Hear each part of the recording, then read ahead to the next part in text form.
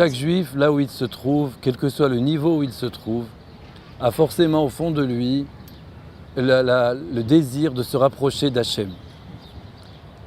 Et bien pour cela, il y a une mitzvah qui est de nos jours tout à fait praticable, c'est la mitzvah de venir habiter en Eretz Israël. C'est une très très grande mitzvah et c'est vraiment un tremplin de choix pour se rapprocher d'Hachem.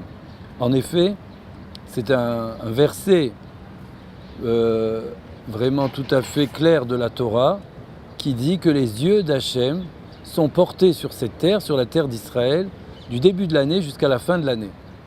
Ça veut dire que vraiment, comme quelqu'un qui surveille, qui veut vraiment bien s'occuper, qui regarde tout le temps son enfant ou son affaire, les Havdil, enfin, en tout cas, Hachem, Yitbarach, comme ça, les yeux fixés et tournés sur la terre d'Israël, autant dire que la providence divine est très très forte ici et c'est donc un moyen de se rapprocher d'Hachem, puisque ici on voit beaucoup comme ça de choses liées à la providence. Et c'est d'ailleurs le fait qu'un endroit est très kadosh, ça va de pair avec le fait que la providence divine est très présente à cet endroit-là. Plus l'endroit est kadosh et plus la providence est forte. Et plus la providence est forte et plus l'endroit est kadosh. Alors la terre d'Israël, qui a donc une sainteté bien supérieure à celle de tout le reste du globe terrestre, donc est un endroit où on sent vraiment la présence divine. Dans tout ce qu'on fait, dans tout ce qu'on dit, on voit beaucoup de ce qu'on appelle de hashgachot. Ça veut dire le fait donc qu'on voit que rien n'est au hasard, que tout est bien orchestré par le Créateur, etc., etc. Donc, et bien sûr, il faut faire attention de se comporter ici bien, le mieux qu'on peut, tout en sachant que, bien sûr, si on n'y arrive pas, on peut toujours se faire tchouva, il y a toujours le droit au repentir, et même on peut monter encore comme ça, encore plus haut. Mais le fait d'être ici, déjà, c'est une grande chose.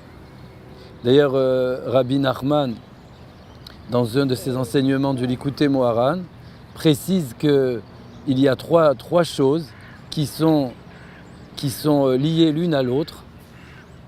Et c'est le fait donc d'habiter la terre d'Israël, le fait d'habiter la Souka pendant la fête de Sukkot, pendant les 7 jours de la fête de Sukkot, et le fait de prier aussi de toutes ses forces. Et si on remarque, la plupart des mitzvot, des commandements, on ne peut pas les faire avec tout le corps et tout l'ensemble de tout le corps des pieds à la tête. Soit c'est quelque chose qu'on doit manger, soit c'est quelque chose qu'on doit dire, soit c'est quelque chose qu'on doit faire, mais c'est qu'avec les mains ou avec les pieds ou avec le cœur, mais pas avec forcément tout le corps. Et justement, ces 3 mitzvot-là, tout le corps est impliqué dans la mitzvah. Puisque dans la souka, bien sûr, il faut rentrer entièrement, et avec tout son corps. Et quand on vient habiter la terre d'Israël aussi, et aussi quand on prie de toutes ses forces, alors à ce moment-là, aussi toutes les forces qu'il y a dans le corps, dans tous les endroits, tous les muscles, tous les nerfs, etc., tout doit être mis au service de la prière pour qu'elle soit vraiment dite avec force.